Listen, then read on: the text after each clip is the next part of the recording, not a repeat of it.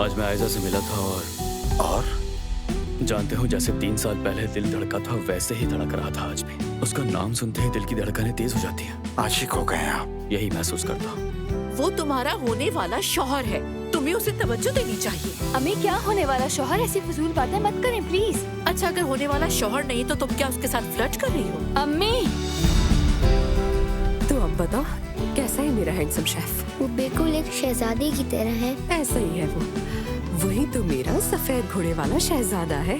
बेटी, कहीं तुम्हारा भी इश्क विश्क से तो कोई ताल्लुक नहीं है ना? नहीं नहीं, ऐसी कोई बात नहीं है, मैं बिल्कुल सच कह रही हूँ।